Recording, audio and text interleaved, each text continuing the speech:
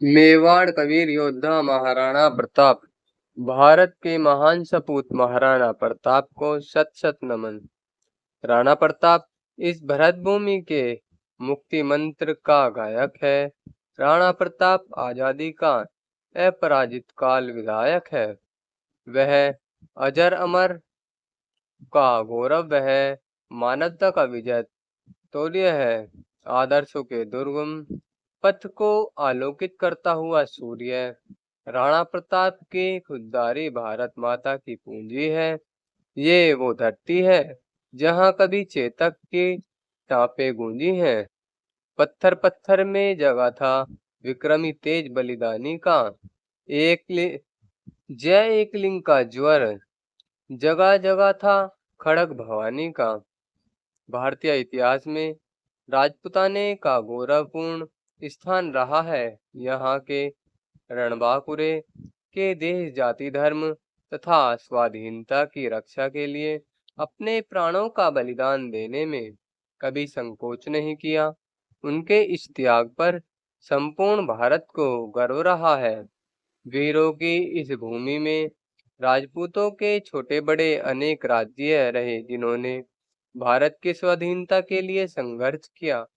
इन्हीं राज्यों में मेवाड़ का अपना एक विशिष्ट स्थान है, जिसमें इतिहास के गौरव बप्पा रावल, खुमाण प्रथम महाराणा, हमीर महाराणा कुंभा, महाराणा सांगा, उदय सिंह और वीर शिरोमणि महाराणा प्रताप ने जन्म लिया।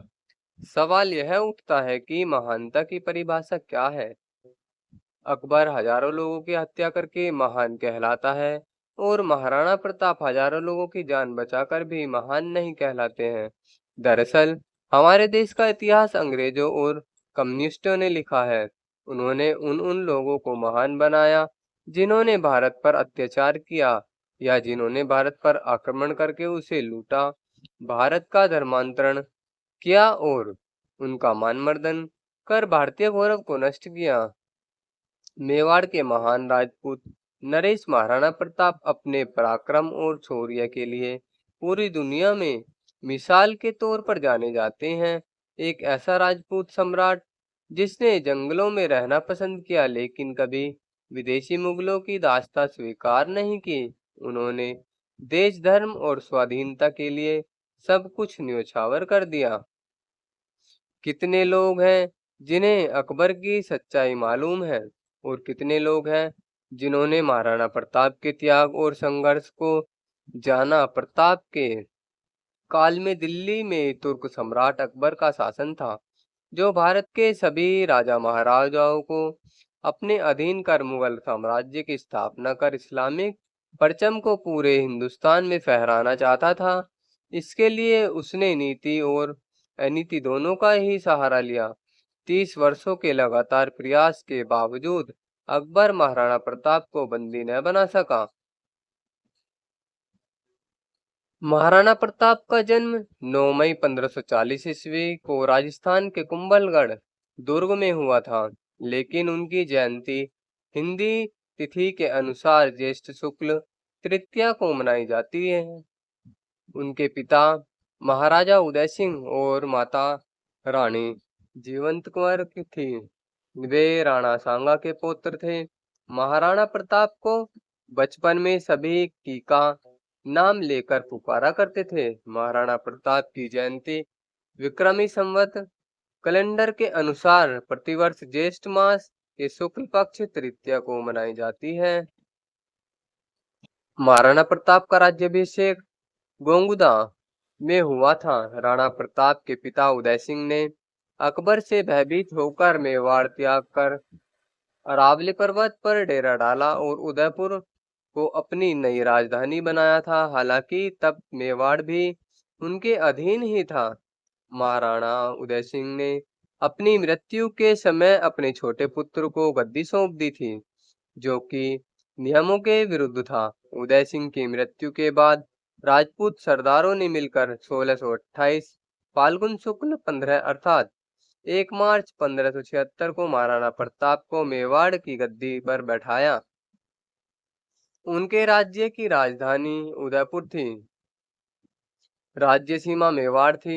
1568 से 1597 ईस्वी तक उन्होंने शासन किया। उदयपुर यवन तुर्क आसानी से आक्रमण कर सकते हैं, ऐसा विचार कर तथा सामंतों की सलाह से प्रताप ने उदयपुर छोड़कर कुंभलगढ़ और गोंगुदा के पहाड़ी इलाके को अपना केंद्र बनाया। महाराणा प्रताप उदयपुर मेवाड़ के सिसोदिया राजवंश के राजा थे। उनके कुल देवता एकलिंग महादेव है। मेवाड़ के राणाओं ने राज्यदेव एकलिंग मेवा महादेव का मेवाड़ के इतिहास में बहुत महत्व है। एकलिंग महादेव महादेव का मंदिर उदयपुर में स्थित है। मेवाड़ के संस्थापक बप्पा रावल ने 8वीं शताब्दी में इस मंदिर का निर्माण करवाया और एकलिंग की मूर्ति की प्राण प्रतिष्ठा की। उदय सिंह का अपनी समस्त रानियों में से भटियानी रानी पर सर्वाधिक प्रेम था।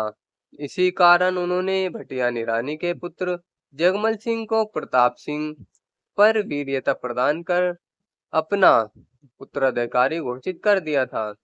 प्रताप सिंह ज्येष्ठ पुत्र होने के कारण स्वाभाविक उत्तराधिकारी थे। उन्होंने अपनी मृत्यु के समय जगमल को राजगद्दी सौंप दी।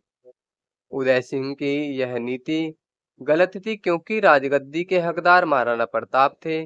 प्रजा तो महाराणा प्रताप से लगाव रखती थी। जगमल को गद्दी मिलने पर जनता में विरोध और निराशा उत्पन्न हुई। जगमल ने राज्य का शासन हाथ में लेते ही घमंडवश जनता पर अत्याचार करना शुरू कर दिया था। जगमल बेहद डरपोक और भोगी विलासी था। यह देखकर प्रताप जगमल के पास गए और समझाते हुए कहा कि क्या अत्याचार करके अपनी प्रजा को असंतुष्ट मत करो। समय बड़ा नाजुक है। अगर तुम नहीं सुधरे तो तुम्हारा और तुम्हारे राज्य का भविष्य खतरे में पड़ सकता है। जगमल ने इसे अपनी शान के खिलाफ समझा। गुस्से में उसने कहा, तुम मेरे बड़े भाई हो सही, परंतु स्मरण रहे कि तुम्हें मुझे उपदेश देने का कोई अधिकार नहीं है। यहाँ का राजा होने के नाते मैं यह आदेश देता हूँ कि तुम आज ही मेरे राज्य की सीमा से बाहर चले जाओगे। तुम्हें मुझे उपदेश देने का कोई अधिकार नहीं है। यहाँ का राजा होने के नाते मैं ये आदेश देता हूँ कि तुम आज ही मेरे राज्य की सीमा से बाहर चले जाने का प्रबंध करो। प्रताप चुपचाप वहां से चल दिए। प्रताप अपने अश्वागार में गए और घोड़े की जीन कसने का आज्ञा दी। महाराणा प्रताप के पास उनका सबसे प्रिय घोड़ा चेतक था।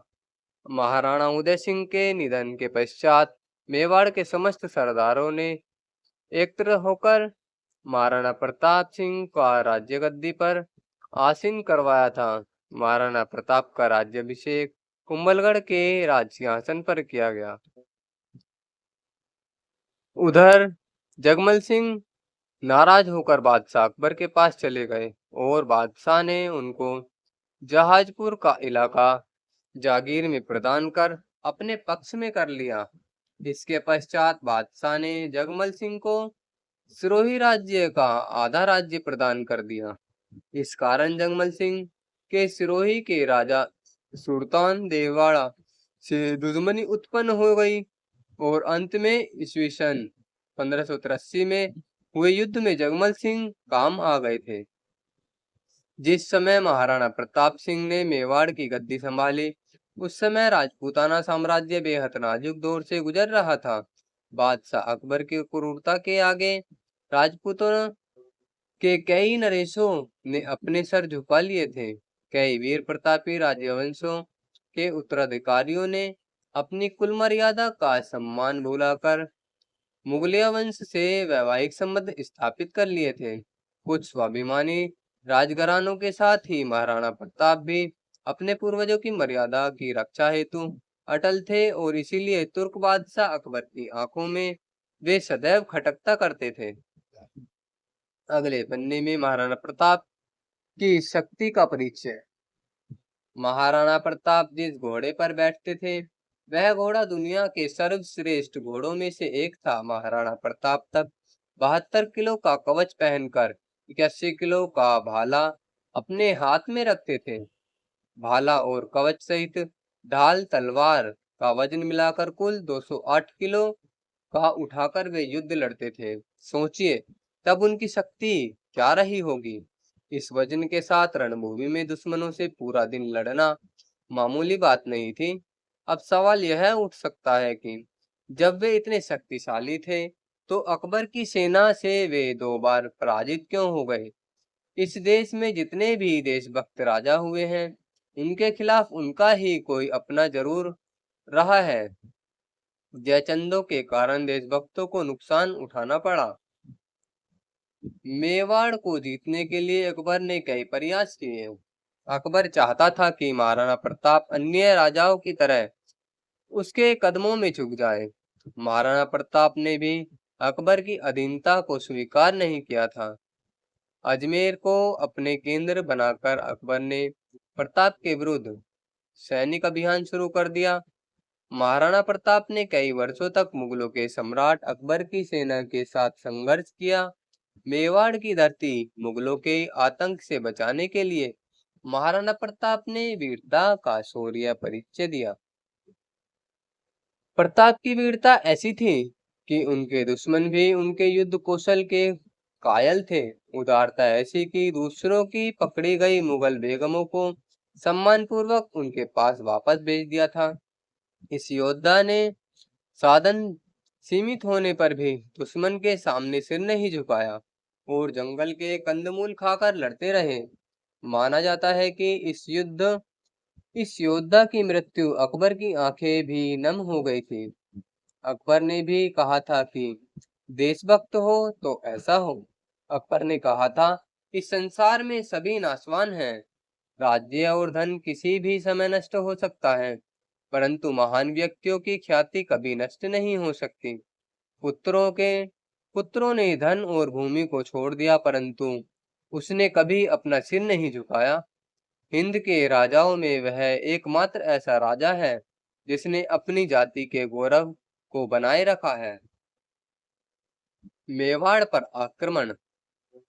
अपनी विशाल मुगलिया सेना, बेमिसाल बारूद खाने, युद्ध की नवीन पद्धतियों के जानकारों से युक्त सलाहकारों, गुप्तचरों की लंबी फहरिस्त, कूटनीति के उपरांत भी जब तुर्क बादशाह अकबर समस्त प्रयासों के बाद भी महाराणा प्रताप को झुकाने में असफल रहा तो अपने आमेर की महाराजा भगवत दास के भतीजे कुंवर मानसिंह, जिसकी बुआ जोधाबाई अकबर जैसी विदेशी से ब्याही गई थी, को विशाल सेना के साथ डूंगरपुर और उदयपुर के शासकों को अधीनता स्वीकार करने हेतु विवश करने के लक्ष्य के साथ भेजा। मानसिंह की सेना के समक्ष डूंगरपुर राज्य अधिकार प्रतिरोध नहीं कर सका। इसके बाद कुंवर मानसिंह महाराणा प्रताप को समझाने हेतु उदयपुर पहुंचे। मानसिंह ने उन्हें अकबर की अधीनता स्वीकार करने की सलाह दी, लेकिन प्रताप ने दृढ़तापूर्वक अपना स्वाधीनता बनाए रखने की घोषणा की और युद्ध में सामना करने की घोषणा कर दी। मानसिंह के उदयपुर से खाली हाथ आ जाने के बाद बादशाह ने करारी हार के रूप में लिया तथा अपनी विशाल मुगलिया सेना को मानसिंह और आसफ खान के नेतृत्व में मेवाड़ पर आक्रमण करने के लिए भेज दिया। आखिरकार 30 मई ईस्वी सन 1576 बुधवार के दिन प्रातःकाल में हल्दी घाटी के मैदान में विशाल मुगलिया सेना और रणबांकुरी मेवाड़ी सेना के मध्य भयंकर युद्ध छिड़ गया। मुगलई विशाल सेना टिड्डी दल की तरह मेवाड़ भूमि की ओर उमड़ पड़ी। उसमें मुगल राजपूत और पठान योद्धाओं के साथ जबरदस्त तोपखाना भी था। अकबर के प्रसिद्ध सेनापति महावंत खां, आसफ खां, महाराजा मानसिंह के साथ शहजादा सलीम जहांगीर भी उस मुगल वाहिनी का संचालन कर रहे थे, जिसकी संख्या इतिहासकार 80,000 से 1 लाख तक बताते हैं। इस युद्ध में प्रताप ने अभूतपूर्व वीरता और साहस से मुगल सेना के दांत खट्टे कर दिए और अकबर के सैकड़ों सैनिकों को मौत के घाट उतार दिया। विकट परिस्थिति में झाला सरदारों के एक वीर पुरुष ने उनका मुकुट और छत्र अपने सिर पर धारण कर लिया। मुगलों ने उसे ही प्रताप समझ लिया और वे उसके पीछे दौड़ पड़े। इस प्रकार उन्होंने राणा को युद्ध क्षेत्र से निकल जाने का अवसर प्रदान किया कर दिया। इस असफलता के कारण अकबर को बहुत गुस्सा आया।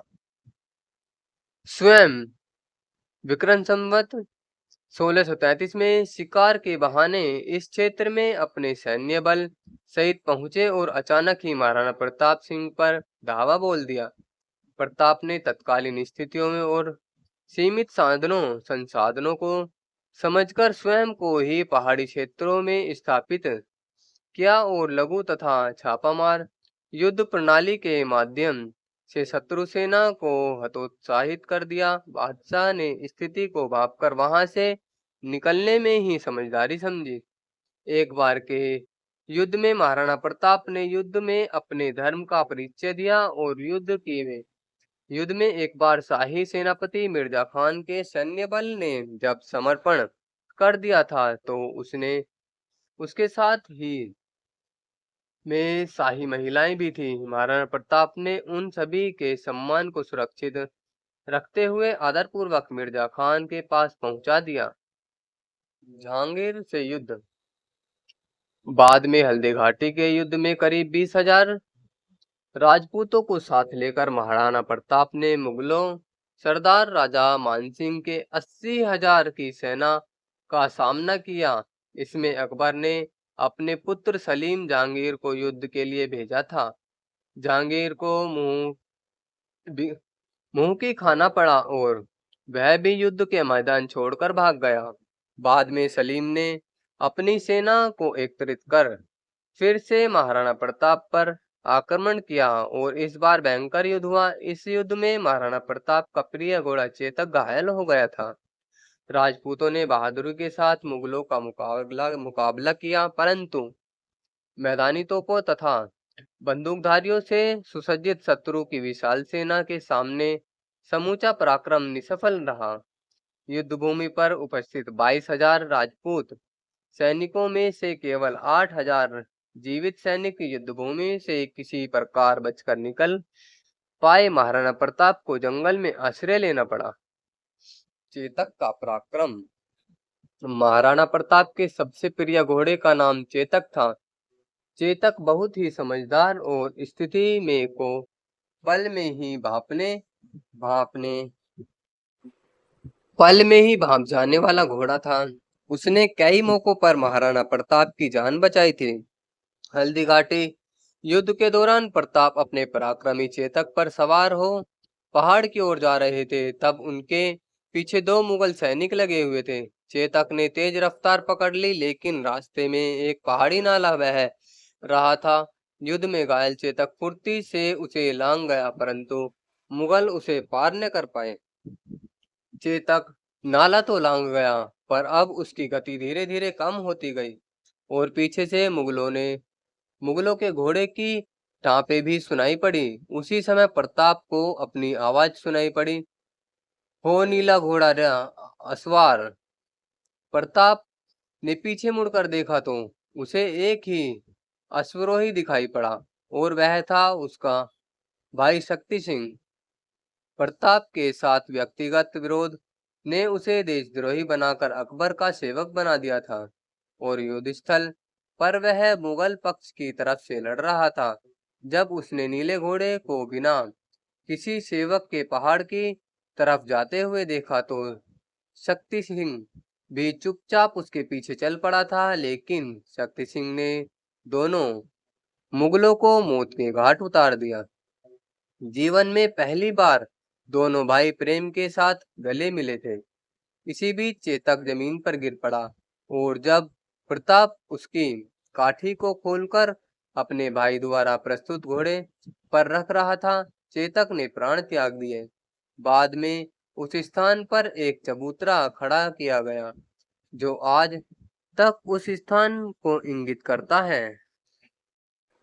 महाराणा प्रताप का हल्दी घाटी के युद्ध के बाद का समय पहाड़ों और जंगलों में व्यतीत हुआ।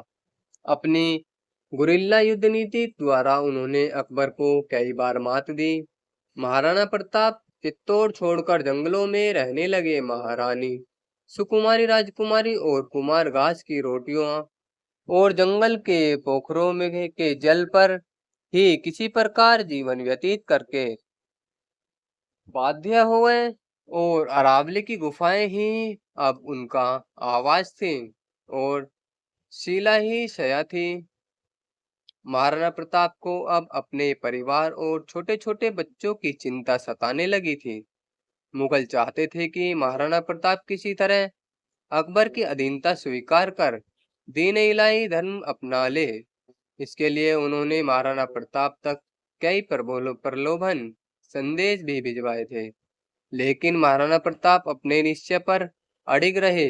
प्रताप राजपूत की आन का वह सम्राट, हिंदुत्व का वह गौरव सूर्य इस संकट त्याग तप के अडिग रहा। धर्म के लिए, देश के लिए और अपने सम्मान के लिए यह तपस्या वंदनीय है। कई छोटे राजाओं ने महाराणा प्रताप से अपने राज्य में रहने की गुजारिश की, लेकिन मेवाड़ की भूमि को मुगल आधिपत्य से बचाने के लिए महाराणा प्रताप ने प्रतिज्ञा की थी, जब तक मेवाड़ आजाद नहीं होगा वे महलों को छोड़कर जंगलों में निवास करेंगे। स्वादिष्ट भोजन को त्याग कंदमूल और फलों से ही पेट भरेंगे, लेकिन अकबर के आधिपत्य कभी स्वीकार नहीं करेंगे। जंगल में रहकर ही महाराणा प्रताप ने भीलों की शक्ति को पहचान कर छापामार युद्ध पद्धति से अनेक बार मुगलों की सेना को कठिनाइयों में डाला था। बाद में मेवाड़ के गौरव भामाशाह ने महाराणा के चरणों में अपनी समस्त संपत्ति रख दी। भामाशाह ने 20 लाख असरफियां और 25 लाख रुपए महाराणा प्रताप को भेंट में प्रदान किए। महाराणा इस प्रचुर संपत्ति से पुनः सैन्य संगठन में लग गए। इस अनुपम सहायता के प्रोत्साहित होकर महाराणा ने अपने सैन्य बल का पुनर्गठन किया तथा उनकी सेना में नवजीवन का संचार हुआ। महाराणा प्रताप सिंह ने पुनः कुंभलगढ़ पर अपना कब्जा स्थापित करते हुए शाही फौजों द्वारा स्थापित थानों और ठिकानों पर अपना आक्रमण जारी रखा। मुगल बादशाह अकबर ने विक्रम संवत 1635 में एक और विशाल सेना शाहबाज खान के नेतृत्व में मेवाड़ भेजी। इस विशाल सेना के कुछ स्थानीय मदद के आधार पर वैशाख कृष्ण 12 को कुंभलगढ़ में और केलवाड़ा पर कब्जा कर लिया तथा गोगुंदा और उदयपुर क्षेत्र में लूटपाट की। ऐसे में महाराणा प्रताप ने विशाल सेना का मुकाबला जारी रखते हुए अंत में पहाड़ी क्षेत्रों में पनाह लेकर स्वयं को सुरक्षित रखा और चावड़ पर पुनः कब्जा कर प्राप्त किया। शाहबाज खान आखिरकार खाली हाथ पुनः पंजाब में अकबर के पास पहुंच गया। चित्तौड़ को छोड़कर महाराणा ने अपने समस्त दुर्गों का शत्रु से पुनः उद्धार कर लिया। उदयपुर को उन्होंने अपनी राजधानी बनाया। विचलित मुगलिया सेना के घटते प्रभाव और अपनी आत्मशक्ति के बूते महाराणा ने चित्तौड़गढ़ व मांडलगढ़ के अलावा संपूर्ण मेवाड़ पर अपना राज्य पुनः स्थापित कर लिया। इसके बाद मुगलों ने कई बार महाराणा प्रताप को चुनौती दी, लेकिन मुगलों को मुंह की खानी पड़ी। आखिरकार युद्ध और शिकार के दौरान लगी चोटों की वजह से महाराणा प्रताप की मृत्यु 29 जनवरी 1597 को चावड़ में हुई। भारतीय कम्युनिस्टों और अंग्रेजों ने पूरी दुनिया में सिकंदर की तरह अकबर और महान सम्राट बना रखा है, लेकिन सत्ता और धर्म के नशे में चूर अकबर की सच्चाई को आज नहीं कल नहीं स्वीकार करना ही होगा। महान तो महाराणा प्रताप थे, जिनको एक तुर्क ने भारतीय राजाओं के साथ मिलकर हर तरह से झुकाने या मौत के घाट उतारने का प्रयास किया, लेकिन महाराणा प्रताप ने अपने आत्मसम्मान को बचाए रखा और कभी भी अकबर की अधीनता स्वीकार नहीं की। महाराणा प्रताप ने भगवान एकलिंग की कसम खाकर प्रतिज्ञा ली थी कि जिंदगी भर उनके मुख से अकबर के लिए सिर्फ तुर्क ही निकलेगा और वे कभी अकबर को अपना बादशाह नहीं मानेंगे। मेवाड़ के वीर यशस्वी महाराणा प्रताप ने कभी मुगलों के इस छह चेहरे की अधीनता स्वीकार नहीं की। अकबर ने उन्हें समझाने के लिए 4 बार शांति दूतों को अपना संदेशा लेकर भेजा था, लेकिन महाराणा प्रताप ने अकबर के हर प्रस्ताव को नामंजूर कर दिया था। तो ऐसे थे महाराणा प्रताप, वीर शिरोमणि महाराणा प्रताप। जय भवानी।